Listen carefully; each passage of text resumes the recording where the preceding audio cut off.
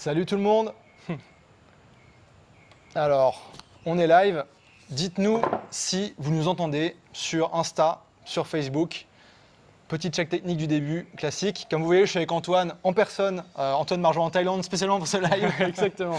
Et d'ailleurs, je t'entends très bien, Ambroise. Ouais, de qualité parfaite. Ah ouais, vraiment, le son est parfait. C'est vrai que là, par rapport à hier où on était avec Mexique, avec Tania, niveau streaming, qualité de son et tout, on devrait être mieux. Là, on devrait être mieux. Donc dites-nous en commentaire si c'est good, si vous entendez, etc. Yes, sur Insta, parfait. Je vais checker Facebook et après on va commencer direct. Hop. Pas de temps à perdre. Comment tu te sens, Antoine, aujourd'hui? Ouais, écoute, je me sens bien, je me sens relaxé, je me sens, voilà, j'ai l'esprit de la Thaïlande avec moi là. Ouais. Bah, c'est parfait.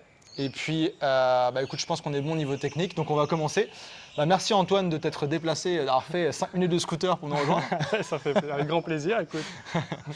Et l'idée d'aujourd'hui, c'est une discussion entre nous, toujours plus cool en personne, pour parler un petit peu de ton parcours en freelance, parce que il y a plein de gens en début d'année 2022 qui veulent se lancer en freelance et enfin avoir cette vie de liberté que nous on peut avoir aujourd'hui, qui est quand même assez cool. On va se l'admettre. Plutôt, ouais. Et donc toi, tu l'as fait il n'y a pas si longtemps que ça. Exact. Je t'ai aidé à le faire aussi avec Freemote et maintenant on a la chance de pouvoir voyager ensemble. Ah ouais. On est bons potes, on a un bon groupe de potes aussi ici et je pense que c'est pas mal pour tout le monde de voir. Tu sais, c'est ok d'avoir un rêve, mais plus il est précis, plus on voit vers quoi on va arriver, mieux c'est. Puis c'est ça. Et écoute Antoine, pour commencer, est-ce que tu voudrais bien te présenter, nous dire un petit peu qui tu es, d'où tu viens, ce que tu as fait et voilà, on va commencer par ça. Une petite rétro de mon parcours. C'est ça. Donc moi c'est Antoine Buet, donc je suis expert Facebook Ads. Donc moi je suis originaire de France, mais je suis parti vivre au Canada, faire mes études à Montréal. Donc j'ai passé 10 ans au Canada, donc j'ai fait mes études. Ensuite de ça, j'ai commencé à travailler. Je suis entré dans une agence de com, donc moi j'ai fait vraiment des études de communication, de marketing. Ensuite de ça, je suis parti à la chambre de commerce de l'Est de Montréal. Puis, suite à ça, j'ai eu ce déclic de vouloir voyager parce que tu sais, quand j'ai commencé à travailler, bon, j'avais un peu d'argent qui rentrait, donc forcément j'étais content l'hiver de partir 2 semaines au Mexique, au soleil. Puis au fur et à mesure, une année, je suis parti au Brésil, puis je me suis dit, ah écoute, j'aimerais bien retourner. C'est mais quand même pas mal. c'est quand même pas mal. Ils ont quelque chose. C'est sympa, tu vois, là, il fait beau, il fait chaud, la culture est sympa, les gens sont sympas. Pourquoi pas rester plus longtemps, mais évidemment impossible avec mon travail là, donc c'est sûr que voilà, j'ai commencé à regarder un petit peu mes options. PVT, bon PVT c'est sympathique, mais bon ça me tentait pas forcément d'être serveur puis de toucher pas grand chose. Et puis finalement est venue cette solution de devenir nomade, de devenir digital nomade, de travailler en ligne. De l'étranger et puis d'avoir un peu ce bénéfice-là de travailler, de gagner en euros ou en dollars canadiens, puis de vivre dans un pays où le coût de la vie est moins important. Donc j'ai eu ce déclic en 2020 et je pense justement c'est à l'été 2020, je pense en juin ou juillet 2020 qu'on s'est connus de manière tout à fait anonyme là, mais enfin je sais, en fait c'était je regardais les stories du Mont-Royal, donc qui est la grande montagne à Montréal, sur Instagram. Puis je suis tombé sur Ambroise qui parlait de sa vie nomade, de son changement d'air, qu'il allait partir en mode backpack à travers tous les pays du monde. Là. Donc ça m'a vraiment donné le goût. Puis j'ai regardé un peu plus ton profil. Puis tout est parti de là. Ouais, puis après, on s'est appelé, tu m'as parlé de ton projet. Ouais. Et après, assez vite, tu as rejoint Freemote. Et donc, si on refait un petit peu le parcours, donc ça c'était en 2020, mai-juin 2020. Exact. C'est ça. Tu as rejoint Freemote, tu as commencé à mettre en place des choses. Et toi, au niveau timeline, combien de temps ça a pris pour vraiment te lancer, trouver des clients? Aujourd'hui, tu es là, donc tu as quitté ton boulot. Ouais. Quand est-ce que tu l'as fait, au bout de combien de temps? Et puis c'était quoi aussi tes interrogations à ce moment-là, tu vois, tes peurs, parce que c'est normal d'en avoir aussi. Ouais, écoute, beaucoup de questions, je vais essayer de beaucoup d'y répondre. Mais concrètement, c'est sûr qu'il y a eu le Covid. En fait, moi je suis parti au Brésil justement juste avant le Covid, là, donc en février 2020. Pour le carnaval? Oui, c'est ça, le carnaval à Rio. Là. Ouais. Puis en fait, ce qui s'est passé, c'est que forcément, que le Covid, je pense qu'il y a beaucoup d'entre nous là, on s'est tous posé des questions. Ah bah tiens, le télétravail, finalement, est-ce que je pourrais pas travailler d'ailleurs que de la maison? Ça a commencé un petit peu comme ça, là, mes interrogations. Puis je me suis donné l'objectif, en fait, assez rapidement, là, je dirais à l'été à l'été 2020 en fait, de partir l'année d'après, retourner au Brésil. Un an après, donc. Un an après, et d'ailleurs c'est ce que j'ai fait, mais j'en dis pas de plus, regardez le suspense, le storytelling. Ouais. Mais donc en fait, très rapidement, je savais que c'était fait pour moi. Puis en fait, je suis arrivé à un moment où je cherchais justement des informations sur tout ce qui était nomadisme, tout ce qui était nomadisme et justement digital nomade. Et je suis tombé sur la story d'Ambroise, puis comme tu l'as dit, en fait, j'ai regardé un petit peu ce que toi t'offrais comme service, tout ce qui est formation, tout ce qui est structure en fait pour devenir freelance. Ouais. Parce que en fait, c'est bien beau là de vouloir se lancer freelance, mais concrètement, comment j'y arrive? Qu'est-ce que je fais? Par où je commence? Et je pense on a eu cette discussion justement quand on a parlé la première fois ensemble. Dans ma tête, moi, c'était OK, construire un site web, puis vendre mes services, puis attendre que ça se passe, quoi. Mais concrètement, c'était pas forcément la bonne approche. Hein. Et en fait, c'est ça, à Frimo, ce que ça m'a donné, moi, premièrement, en fait, ce qui m'a convaincu, c'était la communauté. Parce que c'est comme n'importe quoi dans la vie. Là, dès que tu veux être un bon joueur de foot, par exemple, ou de soccer, là, pour nos amis québécois qui regardent, tu vas avec des gens qui pratiquent aussi ce sport-là. Sinon, si tu restes dans ton coin, ça sert tu vas pouvoir faire des jongles, là, mais tu ne vas pas vraiment apprendre à jouer au foot. Très belle métaphore. C'est très belle métaphore. C'est venu comme ça, l'inspiration. Mais en fait, c'était un peu ça. Donc moi, concrètement, ce que j'ai vu, c'est que, OK, il y a ce gars-là, Ambroise, qui est digital nomade, qui vit vraiment de ça. C'est possible. C'est pas, je t'ai parlé là. T'es pas une. Je suis pas un robot. C'est pas un robot là. C'est vraiment une vraie personne. Et puis je me suis dit, écoute, il faut que je m'entoure aussi de gens qui ont cet esprit-là de vouloir se lancer, de vouloir aussi certains d'être nomades digital, de pouvoir voyager, parce que ça inspire, ça motive. Et donc en fait, la première raison pourquoi je suis passé, en fait la première fois qu'on s'est parlé, je savais déjà que j'allais rejoindre Frimo, puis en plus je pense que je te l'ai dit dès le début de la conversation.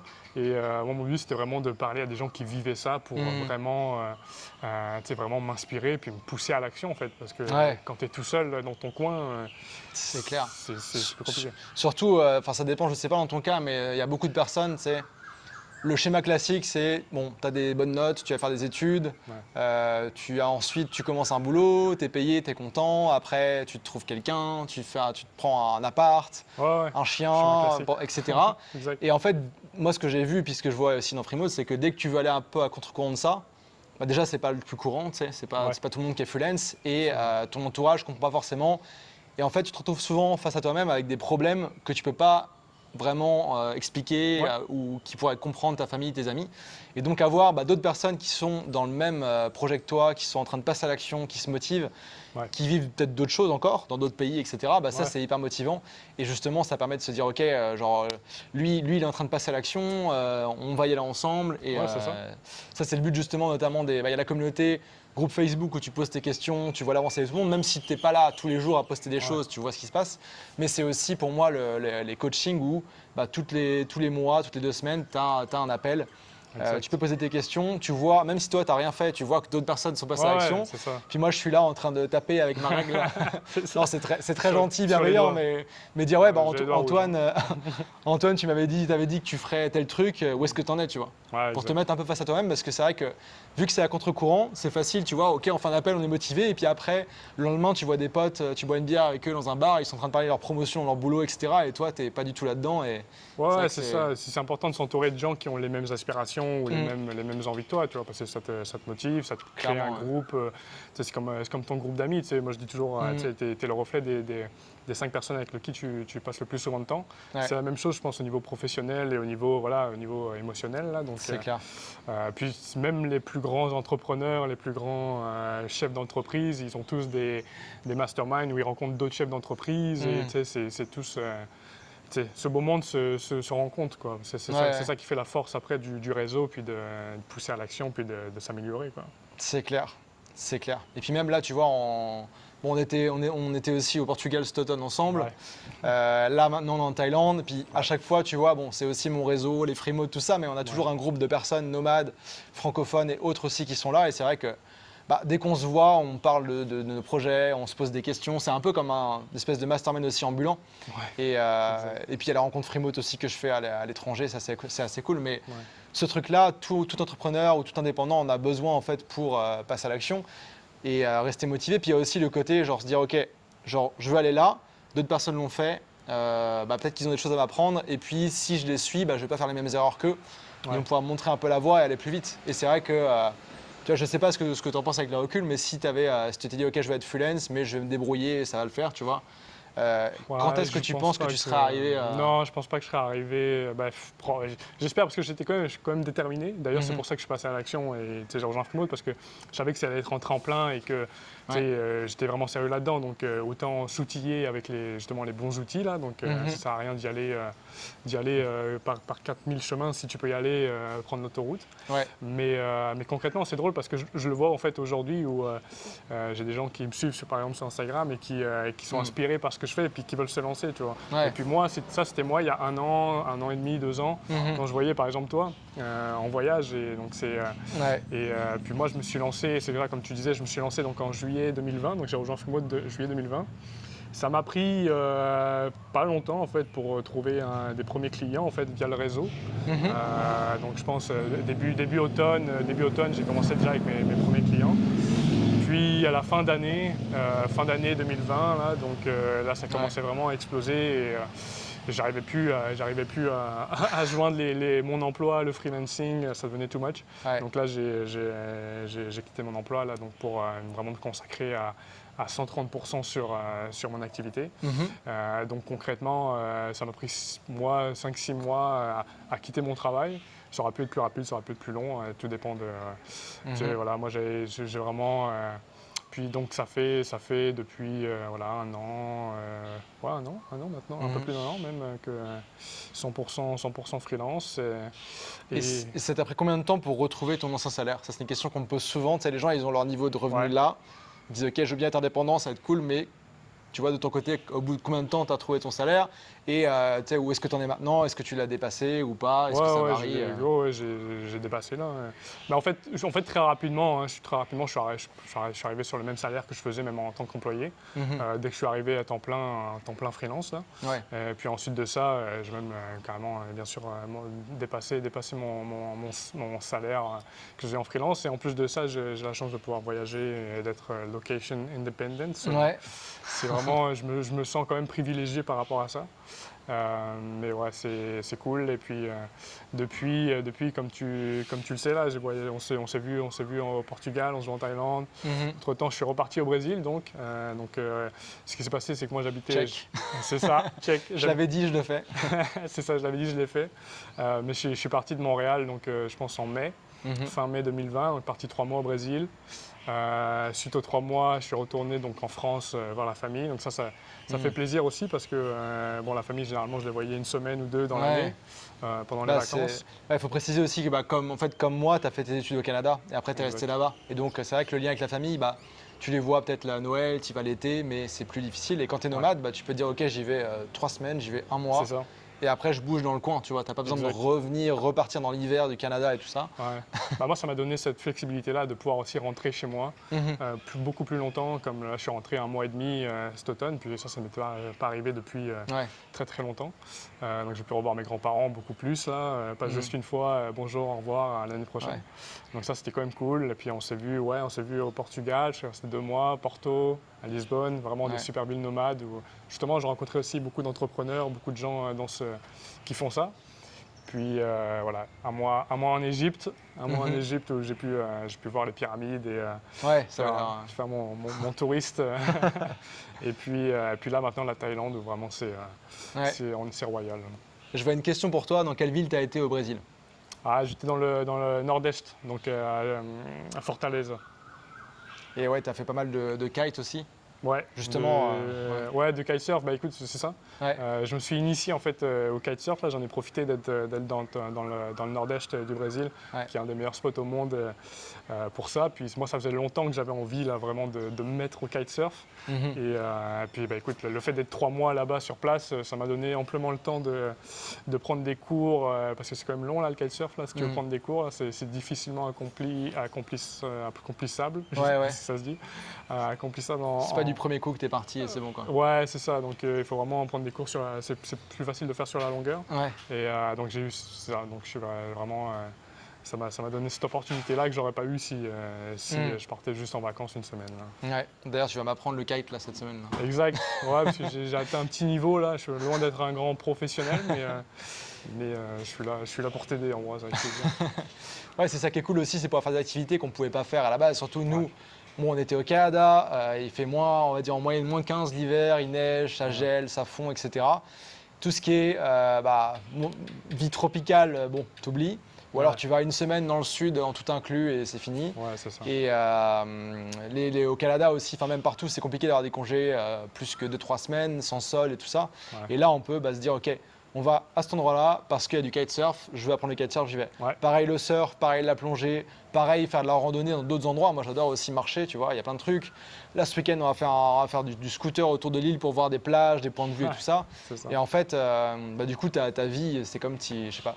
Pour moi, c'est un peu comme si tu multipliais ta vie, quoi. Et ça, c'est bon. Nomadisme, c'est encore plus, mais juste déjà freelance, tu peux te dire, plutôt qu'aller faire mes courses comme tout le monde, je sais pas, le mercredi, enfin le samedi midi parce que j'ai pas eu le temps la semaine. Bah non, tu peux y aller mardi à 15h, tu peux aller faire ton sport quand tu veux. Là, tu as été faire du sport tout à l'heure. Ouais. Antoine, il est hyper sportif. Et du coup, tu as été faire du sport à quelle heure aujourd'hui ? Il était 15h. Voilà. Il était 15h heure thaïlandaise. C'est ça. Ce matin, par exemple, moi j'ai décidé ce matin en me levant que j'allais pas travailler ce matin. J'ai pas travaillé, j'ai été rejoindre Antoine et sa copine Alice dans un café. On a papoté pendant un moment. Ensuite, on s'est promené. Après, j'ai fait une bonne session de travail. Toi, tu as été faire de la muscu. Là, on fait ça. On va aller après manger à un marché avec des potes. Et ensuite, toi, tu vas retravailler un peu, moi aussi. Exactement. On est flexible, quoi. Il y a des obligations, il y a des choses qu'on doit faire, mais au moins, on a le contrôle et on choisit plutôt que les gens choisissent sur nous. Et voilà, je veux dire, on avait tous les deux fait nos études tout comme il fallait. On avait le boulot, on était bien payés, la petite vie classique. On allait économiser pour notre retraite, faire nos vacances, tout ça. Ouais, c'est ça. Et maintenant, en fait, on vit déjà ce qu'on aurait pu vivre dans 30 ans, en étant, je sais pas, retraité en Floride ou je sais pas où. Ouais, exactement. On le vit maintenant en étant jeune, on peut en profiter et faire tout ça, quoi. Sur que le kitesurf à 70 ans, c'est plus compliqué, là. Ouais. Alors, il y a des questions, j'en profite, vu que je les vois mieux que les autres jours. Il y a Paul qui demande comment tu as signé tes tout premiers clients. En fait, c'est pas mal le réseau. Moi, j'ai aussi des amis entrepreneurs, des amis qui avaient un besoin. Là. Donc, concrètement, ce que j'ai fait, c'est que j'ai posté un message, par exemple, sur LinkedIn pour dire que voilà, je me lançais en freelancing dans la publicité Facebook. Donc, moi, je suis vraiment expert en publicité Facebook, Instagram. Et puis là, j'ai un ami qui m'a contacté. Non, je pense que lui, c'était même pas LinkedIn le premier. Le premier, c'était juste du bouche à oreille, en parlant de mes projets, etc. Puis la personne m'a dit justement, j'aurais besoin de quelqu'un comme toi, etc. Donc ça c'est parti comme ça. Puis après sur LinkedIn aussi, quand j'ai laissé savoir à toutes les personnes que je connaissais que voilà, j'étais disponible. Ce que vous avez fait pendant le challenge, ceux qui ont participé d'ailleurs. Ouais. Mais ça commence beaucoup. C'est le début. Ça commence beaucoup avec le réseau en fait, parce que c'est des gens qui me connaissaient, donc ils savent qui je suis. Parce que souvent, quand on travaille avec des gens, c'est aussi est-ce que c'est un fit de personnalité. C'est ça. Est-ce qu'on a la confiance et tout ça. Exactement. Donc les gens me connaissaient, donc plutôt que d'aller vers quelqu'un d'autre, ils vont aller plus vers moi. Et puis de fil en aiguille aussi le réseau. Je sais par exemple, toi tu m'as aussi référé pour des contrats. C'était dans l'ancêtre du job board Freemote là. Exact. Où moi les gens de mon réseau savent que je forme des freelances qui sont bons dans ce qu'ils font et qui savent comment fonctionne la relation client-freelance. Donc, tous les gens qui me contactent pour moi, je les réfère, je leur demande de poster une mission pour les Freemote. Et justement, toi, tu as ta mission principale, non, en ce moment ? Ouais, c'est le plus gros client. Là, ouais, c'est ça. C'est clair. Par ça, et je sais qu'il y en a pas mal. J'estime qu'il y a une quinzaine de personnes qui ont eu leur première mission ou des grosses missions via la plateforme. Donc, c'est assez cool aussi, ouais. Donc je ne sais pas s'il y a d'autres questions, n'hésitez pas, nous on continue à discuter tranquillement au bord de la piscine. Nous on voit, vous le voyez pas, mais on voit le coucher de soleil qui se commence au fond, mais on est là pour vos questions. Et c'est l'occasion, c'est plus facile quand on est ensemble, facile pour se passer la parole. Et voilà, donc c'est des questions pour Antoine qui est récemment devenu freelance, a quitté son boulot, puis s'est lancé en nomade. C'est l'occasion ou jamais. Si vous avez des questions aussi par rapport à votre situation, n'hésitez pas à nous les partager aussi par rapport à ça. Et puis, est-ce que toi, avec le recul, est-ce que tu as des choses que tu aimerais partager, que ce soit des conseils ou de la motivation à des gens qui nous regardent aujourd'hui, qui sont là, ils voient le freelancing, ils voient que ça marche et que c'est possible, qu'il y a des solutions, mais ils ont des blocages, tu vois, qu'est-ce que tu dirais à quelqu'un Mais comme ça? moi, je trouve, parce que je connais aussi des gens voilà, qui me suivent et qui me disent un peu la même chose. Puis le premier conseil que je donne, c'est toujours je pense que c'est la première chose qui a été faite d'ailleurs dans le challenge, là, c'est de se booker du temps. C'est Ouais. vraiment en fait se créer une routine parce que Mm. c'est facile de se dire, OK, dans la semaine, je vais travailler 2 fois là-dessus. Ouais. Mais il suffit que tu loupes une journée, puis après tu loupes la deuxième, tu C'est loupes la foutu. troisième. C'est foutu. C'est comme le Et sport, quoi. c'est comme le sport. C'est comme quand tu vas au gym ou à la salle de sport. Si tu te dis que tu vas 5 fois semaine, finalement tu y vas 2. La semaine d'après, tu y vas 3. Après, tu te démotives un petit peu. Mais si tu dis que tu vas chaque semaine 4 fois, toutes les semaines, tu y vas 4 fois, c'est une routine que tu C'est ça. prends et c'est vraiment, moi, ce que je dis là, vraiment se créer une routine, même si tu ne sais pas quoi ce que tu vas faire, mais book-toi, tu sais, après c'est la préférence de chacun là, mais, Ouais. tu sais, tu peux te booker deux fois par semaine, 3 fois, si tu es vraiment hardcore tous les jours là, mais te dire ok, tous les matins, 1 heure, je travaille là-dessus, c'est dans mon calendrier, C'est et ça. je dormirai pas, enfin je me réveille là, tu vois. Donc c'est vraiment se donner les moyens en fait, mais c'est se créer une routine, vraiment ça c'est le plus important, c'est ce qui va te faire avancer. Ouais, clairement. Ouais, et puis c'est après trouver une routine, se bloquer du temps. Oui, et ce que je disais aussi, c'est de pas vouloir trop en faire, tu vois. Par Ouais. exemple, comme en sport, si tu te dis je vais aller faire Ouais. 3 heures de sport tous les jours, 2022, Ouais. etc., c'est le pire truc, enfin c'est le meilleur Ouais. truc pour abandonner au bout de 3 jours Ah parce que mais c'est ça. c'est trop. Et Ça, c'est petit à petit, et, ouais, C'est ça, tu veux pas être les gens qui s'inscrivent au gym c'est ça. au début d'année et puis qu'au bout de 3 semaines tu les vois plus. Parce que Ouais. sinon, il faut vraiment voilà, être mesuré, savoir ok, qu'est-ce que je peux vraiment accomplir. Mhm. Tu sais, vraiment, parce que après, c'est comme tu disais, si tu loupes une séance, ça fuck tout. Quoi. Ouais, c'est ça. Donc si tu sais que 2 fois semaine, c'est un bon ratio pour toi, tu vas y arriver à Mm. gérer ça. Tu sais, prévois-toi 2 fois semaine là, plutôt que de dire ok tu pars 5 fois là. Ouais. Puis vraiment step by step, tu vois, commence à te former, à savoir un peu ce que tu vas faire, quel genre de service. Mhm. Moi c'est sûr que j'étais en communication, donc je travaillais en agence, j'ai touché un petit peu à tout là en termes de communication. Là, j'ai fait de la gestion de communauté, j'ai fait de la publicité justement, publicité Facebook. Mhm. J'avais fait un peu de rédaction d'articles aussi, donc SEO. Donc moi je savais que vraiment ce qui m'attirait le plus, puis c'est la chance qu'on a aussi quand on est freelance, c'est que quand on est employé, généralement on a une liste de tâches. Ouais. Puis dans la liste de tâches, il y a des choses qui te plaisent plus que d'autres. Mhm. Et quand tu es freelance, ben, tu choisis vraiment ce qui te plaît. Quoi. Ça, non, je ferai pas. C'est ça. Donc, tu sais, moi, comme gestion de communauté, emailing, bon, ben, moins, là, mais publicité Facebook, ouais, ça m'accroche Ok. bien. Tu vois, là, je me réveille tous les matins, je suis content là, de regarder mon petit gestionnaire, d'analyser les chiffres. Mhm. Ça me fait plaisir. Là, je suis dans mon élément, tu vois. Ouais. Bon, après, évidemment, il y a tout ce qui est comptabilité, là, qui, qui rentre en ligne de compte, là, Ouais. mais quand même, tu vois, on va dire dans l'activité principale, voilà, tu choisis vraiment ce que tu veux faire. Mhm. Ouais, bah écoute, c'est un bon conseil. Je vois qu'on a des questions aussi. Je pense que c'était Paul qui demandait quel budget prévoir pour être en Thaïlande en tant que nomade. Moi, j'ai une vidéo YouTube, si tu veux voir, sur justement le budget à prévoir en tant que nomade. Et tu sais, le faire pour un pays, oui, mais c'est plus pour moi globalement, tu vois, parce que tu veux rester nomade dans le long terme. Moi, ce que je recommande, tu me diras ce que tu en penses, Antoine, mais c'est, selon mes calculs, mon expérience, c'est, tu vois, d'avoir. Tu peux dépenser peut-être un peu moins certains pays, mais c'est d'avoir, allez, 1500 euros net, tu vois, par mois à dépenser pour tes logements, les billets d'avion, les voyages aussi, Ouais. les assurances, ta bouffe, les activités. Pour moi, ça comprend vraiment tout. Et ça, voilà, ça peut être moi aussi selon le pays. Tu vois, Thaïlande, je pense que typiquement par rapport au Mexique, c'est un peu moins cher parce C'est que moins cher. un repas, c'est genre de l'ordre de 2 euros, on va se dire. Ouais, 2-3 euros. En Mexique, même tu vois, les tacos, bon, ça dépend où tu les manges, mais exact. dans un resto, tu en as plutôt pour 5 euros, donc ça dépend aussi ce que tu veux, Ouais. du type d'appart que tu veux. Tu vois, là, j'ai pris un truc pas mal, je suis à 30 euros par nuit, mais je pourrais très bien demain trouver un truc, un petit bungalow à 10 euros par nuit, tu vois, donc Ouais, ça. ouais. Ouais. Puis si tu fais du kite ou pas du kite. C'est ça, si tu sûr fais des que- activités ou pas, la plongée, le kite, ça peut coûter cher. C'est ça. Ça dépend aussi si tu es solo, en couple, ça dépend de Ouais. comment dire, de ta qualité de vie que tu veux et de ce que voilà. Ouais. Je sais que moi quand j'étais jeune, j'étais beaucoup en auberge, même en tant que nomade. Aujourd'hui, bah non, j'ai envie d'avoir mon logement en dur, un bon internet, tu vois. Ah, c'est clair. Mais je te dirais que ouais, c'est vrai que 1500, on va dire une grosse moyenne, Ouais, c'est un peu ça. Hein, mais après c'est ça. Il y a des gens qui mangent beaucoup à la maison, qui tu sais, ça. font des activités, mais voilà, tu fais pas du kitesurf, là, tu fais vraiment de la balade, de la rando. Ouais. Donc, tu as tous les budgets, hein. C'est comme les gens qui partent en vacances au Mexique. Là, il y en a qui vont dépenser pendant une semaine 1000 balles, puis il y en a qui vont dépenser 8000, quoi, parce que C'est ça. parce qu'ils font jet ski, machin truc, quoi. Ouais, il y a de tout. Il y a de tout, et puis c'est à chacun à voir selon ses envies, son style de vie et tout ça. Ouais. Mais il y a aussi un truc, ouais, voilà, un dernier point avant de répondre aux différentes questions qui sont arrivées là. Un dernier point aussi, c'est que quand tu es. Là, on est parti dans le nomadisme, mais quand tu es nomade, tu n'as plus tes dépenses à la maison. C'est plus quand tu pars en vacances, ta merde, j'ai mon appart à Paris, ma voiture en location, machin. Non. Et justement, tu vois, si tu regardes 1500 € par rapport à quelqu'un qui vit dans une ville en France, tu vois, pareil, tu as facilement un bon 1000 € de loyer pour avoir un truc correct. Dès que tu vas au resto, paf, 25, 30, 35, 50 €. Voilà, ici bah, c'est plus pareil, quoi. Et tu n'as plus ces trucs-là. Ouais, c'est ça. Limite, moi, personnellement, j'ai économisé. Ou alors, je suis à peu près à kiff-kiff, là, par rapport à ma vie à Montréal, sauf que je vis beaucoup plus, on va dire, intensivement. On profite, quoi. Ouais, c'est ça, exact. Alors, on avait des questions ici. Salut Guillaume, on se retrouve bientôt pour aller manger.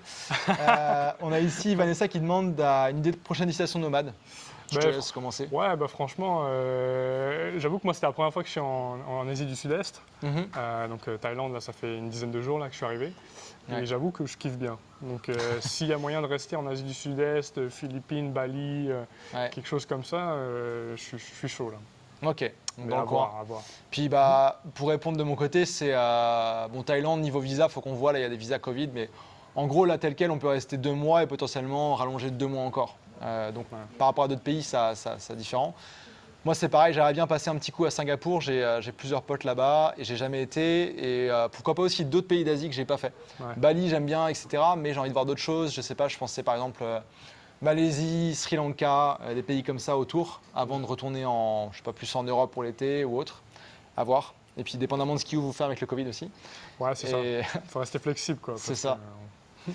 Et on a une question de Annie, qui est une freemote, qui demande combien de temps est-ce que tu es resté employé freelance en même temps. Je pense que c'est pour toi la question. Ouais, j'imagine. Moi, ça commence à dater. Je suis resté, je pense, c'est ça, de juillet jusqu'à décembre, janvier, là, donc on va dire plus ou moins 6 mois. Après, où j'ai vraiment jonglé entre les deux, peut-être 2 mois, là. C'est-à-dire que les premiers 4 mois, c'était, j'ai signé un client, un deuxième, donc c'était juste une petite activité, on va dire, en supplément. Puis au bout du quatrième, 5e mois, c'est là où vraiment ça, on va dire que ça a explosé. Puis là, je faisais des heures de fou, là. Je travaillais, je faisais mon 9 à 5, plus le soir, je faisais du 6 à des fois 22, 23 heures, là. Donc, c'est vrai que c'était l'hiver au Québec. En plein Covid, donc disons que j'avais pas grand-chose d'autre à faire. Mais... Ouais. Et puis de toute façon, au bout d'un moment, tu te dis bon. Enfin, je trouve qu'au moment où tu arrives à avoir des missions, tu sais comment ça marche, comment en trouver, et que tu as un tarif horaire qui fait qu'en fait, tu sais que dès que tu seras allé à 3-4 jours semaine dessus, tu pourras en vivre aussi bien, voire mieux qu'avec ton boulot. Tu te dis, voilà. Ou alors, comme toi tu l'as fait, de se charger de mission au maximum pour se rassurer et se dire ok là c'est bon et du coup tes missions tu les gardes. Et moi c'est pareil, moi ça date, ça fait 5 ans, c'était à 5 ans mon premier voyage nomade et c'était justement en Thaïlande. Pour moi c'est un peu un voyage initiatique là qu'on refait. Mais j'avais quitté mon boulot et j'étais hyper confiant parce que j'avais déjà une mission freelance. Alors j'étais pas à temps plein, j'en avais pas autant qu'Antoine parce que je faisais ça depuis plus longtemps et je savais que c'était good. J'avais d'autres projets sur lesquels je voulais travailler, mais tu vois, j'étais là et c'était bon, quoi. Je savais que c'était good. Je savais, en fait, c'est qu'une fois que tu as une activité, un tarif, la valeur que tu apportes à tes clients et que tu sais en trouver, c'est bon, quoi. Exact. Puis je pense que j'aurais pu même en fait quitter mon job plus tôt, là. Je dirais que j'ai même attendu là vraiment d'être un peu sous l'eau pour me dire ok vas-y là je peux plus. Mais en repensant, là, j'aurais même pu quitter bien avant. Là. Ok. Et justement, il y a une question follow-up de Annie qui demande ton ancien employeur savait que tu avais une activité freelance en parallèle? Oui, il savait. Après, ça rentrait pas en conflit direct parce que Je travaillais pour la chambre de commerce à Montréal, puis concrètement, ils n'offraient pas de service de publicité Facebook, Instagram. Là, donc le fait que je me lance, moi, de mon côté, en publicité Facebook, Instagram, je ne rentrais pas en concurrence directe avec ce que propose l'entreprise. Donc, moi, je n'ai pas eu de problème par rapport à ça. Donc, c'est sûr que, je ne sais pas, si c'était une agence de pub Facebook, Instagram, puis je me lance de mon côté en pub Facebook, Instagram, peut-être que ça aurait été plus compliqué là, en tant qu'employé. Mais, Ouais. Par rapport à ça, on a parlé, Annie, en coaching, mais je vois que souvent, et en particulier en France, il y a souvent des clauses un peu abusives dans les contrats de travail. Des trucs qui disent tu peux pas avoir d'autres activités en plus, etc. Alors, je ne suis pas expert du droit du travail en France, mais je sais que certaines de ces clauses sont abusives. Et pareil, tu vois, il y a différentes façons de considérer la compétition. Tu sais, la clause de non-compétitivité, là. Ouais. Genre, est-ce que tu travailles en agence, si tu deviens freelance, est-ce que tu es vraiment un concurrent direct d'une énorme agence? C'est clair, pas forcément, clairement pas, non. Et puis après, moi, ce que je dis aussi, le mieux, c'est de transitionner petit à petit entre employé et freelance. Et si possible, d'avoir son emploi salarié, de transformer en mission freelance, pas forcément temps plein, mais un petit peu. Le temps de se lancer, c'est smooth, tu commences petit à petit. Et ça peut aussi, être comment dire, vu que tu as travaillé dans la boîte, que tu sais comment ça marche, ça peut être tu peux facilement être une ressource un peu complémentaire pour eux. C'est clair. Et bosser avec des agences quand on s'en sort freelance, c'est aussi un bon moyen de trouver des clients facilement parce que eux, ils font tout le travail justement de chercher des clients, la négociation, etc., le suivi. Et toi, tu es là, tu fais ton truc, tu fais ton art. C'est clair. C'est clair. C'est même l'idéal en fait pour se lancer là. Même pour rester.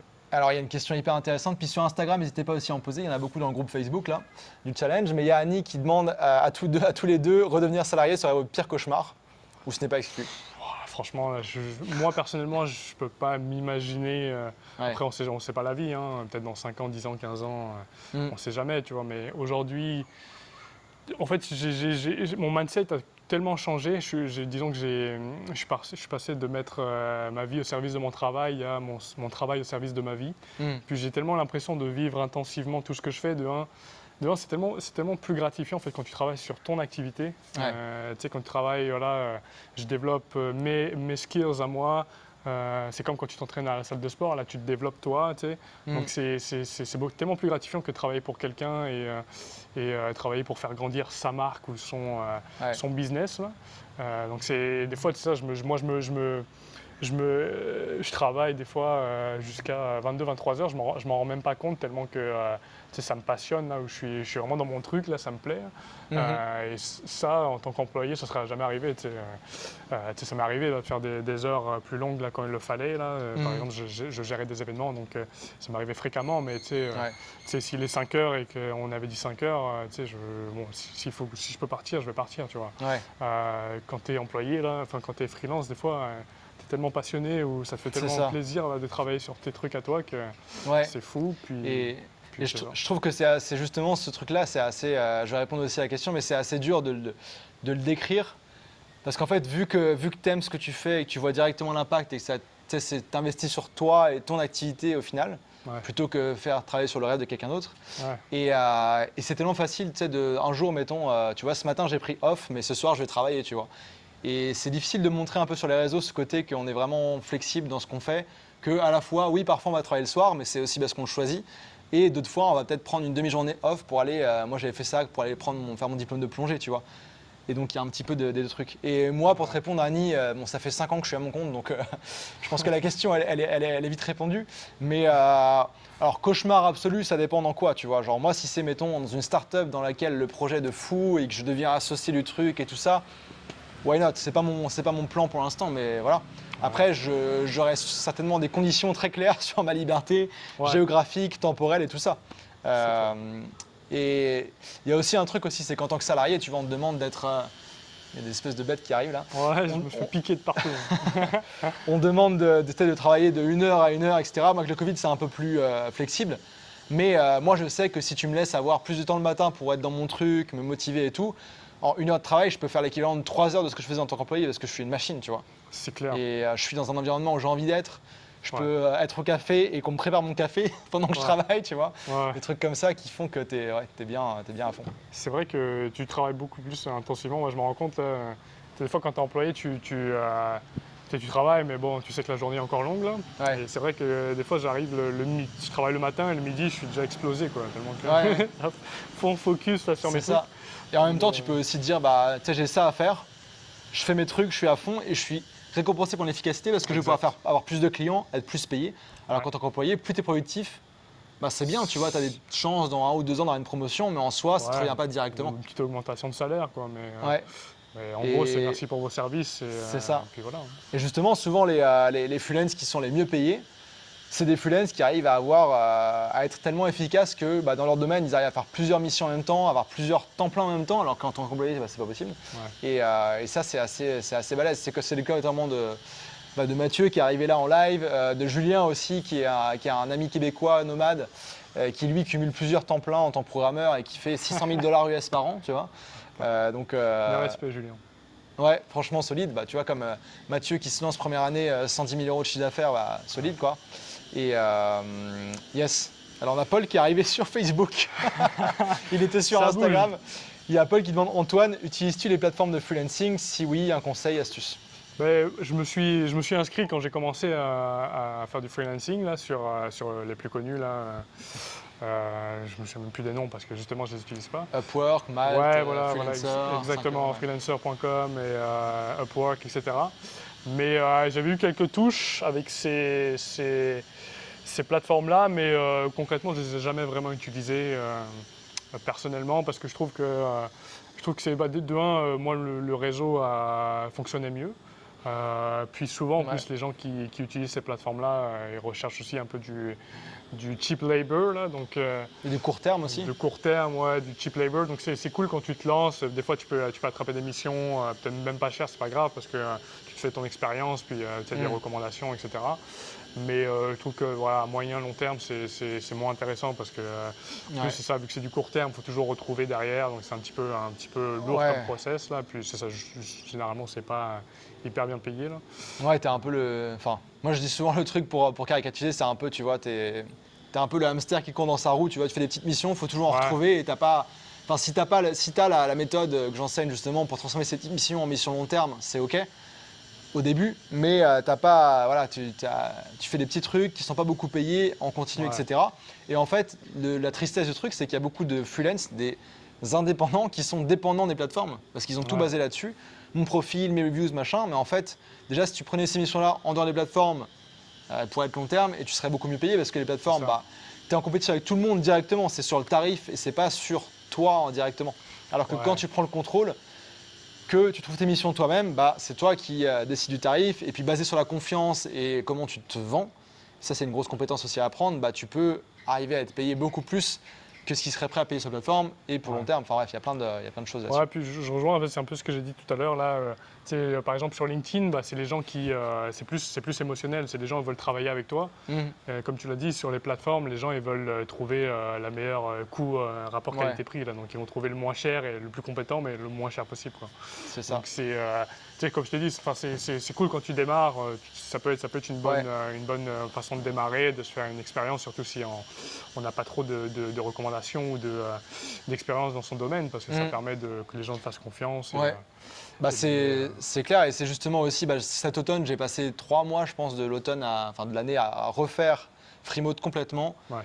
pour l'adapter après 2 ans d'avoir accompagné plus de 150 personnes. Maintenant, presque, on va passer les 200 là pendant cette ouverture de Freemode, à revoir la méthode et justement maintenant les 6 premiers modules de Freemode, c'est vraiment bon mindset, déterminer ce que tu vas faire, les statuts, on se débarrasse de ça et ensuite vraiment trouver des missions rapidement pour rester motivé. Donc des missions soit via les plateformes, soit via des tests et après transformer ces missions en missions long terme. Parce que si tu sais satisfaire tes clients, les garder, en fait, tu n'as pas besoin de chercher tant que ça des missions. Tu les gardes Non. pendant 6 mois, 1 an, etc. Toi Non. d'ailleurs, Ouais, écoute, ta clientèle, là aujourd'hui, tu as des clients via ton contrat principal et tu en as d'autres aussi à côté. Ouais. En moyenne, si tu veux dire, maintenant que tu es lancé depuis 1 an et quelques, 1 an et demi, en moyenne, combien de temps est-ce que tu gardes tes clients? Très longtemps. En fait, j'en ai pas eu beaucoup là qui sont partis, donc je te dirais que en fait j'ai même très peu prospecté. Ouais. J'ai même très peu prospecté parce que justement j'ai pas eu ce roulement de clients. Et donc, c'est vrai que de un, on s'assure d'avoir une stabilité un petit peu financière, puis aussi c'est plus agréable quand tu travailles sur le long terme avec les gens. Là, Ouais, donc, ouais. Bah, tu développes une relation, puis tu peux, ouais. voilà, c'est Comme, ça. comme moi, j'ai été voir mes clients là au Québec en personne cet automne parce que c'était important pour niveau relation. Ouais. Et Même chose au Portugal, là, où j'ai rencontré ouais, enfin, coucou Alexa. coucou Alexa, qui nous regarde. Ouais, ça marche. Eh ben écoutez, Tu veux pas répondre à la dernière question ou? il y a des questions de Paul, bon, c'est un peu perso, mais qui demande Paul plutôt mexicaine ou thaïlandaise. Paul, moi je suis hyper open, ça dépend. Ah, il n'est pas compliqué en vrai. Et Paul, la question c'est plutôt quand est-ce que toi tu viens de faire ton avis en voyageant, en étant indépendant, tu vois. Ah, c'est ça, hein? Yes. Alors, bah, salut à tout le monde qui nous rejoint en parallèle. Posez vos questions, on va rester pas très longtemps encore. Là, on commence à avoir faim, puis on a un plan d'aller se faire un night market asiate avec des potes nomades. Mais ouais, bah, pour ceux qui rejoignent en route, on parle avec Antoine de son évolution en freelance, de son lancement, notamment grâce à Freemote, le programme que j'ai créé justement pour aider les freelances à se lancer, trouver des clients, augmenter leurs tarifs, créer une activité libre. Dites-vous aussi que voilà, investir ce soir en tant qu'indépendant, déjà, ça peut être beaucoup moins cher que vous pensez en payant plusieurs fois par exemple, et puis au fur et à mesure de trouver des missions, c'est remboursé. Et aussi, en France, il y a le CPF qui vous donne accès à des formations comme ça. Donc que vous ayez été employé, indépendant ou autre, vous pourriez potentiellement avoir accès à une formation, etc. Puis l'idée, en tant qu'indépendant, c'est de se former pour être toujours aller plus loin, facturer plus cher, etc. Donc c'est un investissement qui est le plus rentable qu'on puisse faire en tant qu'indépendant, c'est se former sur comment trouver des clients et la vente, enfin même dans la vie en général. Ouais, c'est la base. C'est la base, voilà. Et bien sûr aussi vous former sur votre métier, ce qui est aussi la base, mais c'est le mindset à avoir par rapport à ça. Et ouais, bah écoute, merci Mathieu qui nous dit qu'on a un bel échange aujourd'hui. C'était cool de parler avec toi aussi il y a 2 jours. Et puis, Salut Mathieu. c'est ça. Et puis là, les freelances que vous avez vus, donc aujourd'hui avec Antoine, hier avec Tania et mardi avec Mathieu, pardon, c'est des freelances qui sont lancés il n'y a pas si longtemps, mais qui sont quand même maintenant, que je considère freelance avancés, qui gagnent bien leur vie, c'est stable, et justement qui sont en train de passer au prochain niveau. Parce que pour moi, on parle de liberté, etc. Mais freelance, c'est le premier moyen de devenir libre, mais après, il y a la next step, c'est d'arriver à se créer un business en ligne qui peut fonctionner si on ne travaille pas, où on peut avoir plus de liberté, aussi plus de potentiel là-dedans. Justement, Antoine fait partie de ce mouvement-là que j'ai lancé avec Freementor aussi. Et Antoine, donc, commence à commencer à un moment de créer du contenu et puis commence à aider des personnes à se sur la même voie, dans le même métier. Donc suivez Antoine aussi, on mettra son handle Instagram et puis le groupe Facebook, on mettra ses infos aussi pour que vous suiviez là-dessus. Et il crée du super contenu là-dessus. Moi qui fais des pubs, je regarde son contenu et ça aide à reclarifier les trucs et à remettre des choses en perspective, puis suivre les news aussi. J'avoue que moi, vu que c'est pas que ce que je fais, je suis moins dans les day-to-day. Ouais. Mais voilà, écoute, merci beaucoup Antoine pour ça. Écoute, merci à toi, ça fait plaisir. Là, comme vous voyez, il commence à faire un peu noir ici. On a la lumière, mais voilà. Et puis, n'hésitez pas à poser vos questions aussi en direct si vous en avez. Je sais qu'il y en a qui sont timides de poser des questions en live. Moi, je suis dispo. Je me rends dispo jusqu'à lundi, donc fermeture de Freemote. Et puis, comme on dit ici, cap on cap. Comme cas. Merci Antoine pour ton temps. Merci et puis voilà. Ciao. Salut la team. Si ce n'est pas encore fait, je t'invite à t'abonner à ma chaîne YouTube et à cliquer sur la petite cloche pour être sûr de rater aucun de mes conseils sur le freelancing, le nomadisme et tous mes conseils pour avoir une vie de liberté. Et si tu regardes cette vidéo, c'est que tu veux toi aussi pouvoir travailler en voyageant, profiter de cette vie de digital nomade. Et super nouvelle pour toi, j'ai préparé la meilleure ressource pour t'aider si tu es dans ce cas-là. C'est une masterclass offerte, une vidéo privée qui s'appelle « Comment gagner ta liberté en lançant une simple activité de freelance grâce aux compétences que tu as déjà ». C'est une masterclass offerte, tu t'engages à rien du tout, c'est juste je te partage mon parcours, ce qui a marché pour moi et ce qui pourrait te permettre toi aussi de te lancer en freelance et de devenir nomade. Tu peux y avoir accès en cliquant directement en dessous sur le lien. Tu m'indiques à quelle adresse email je te l'envoie et tu la reçois immédiatement.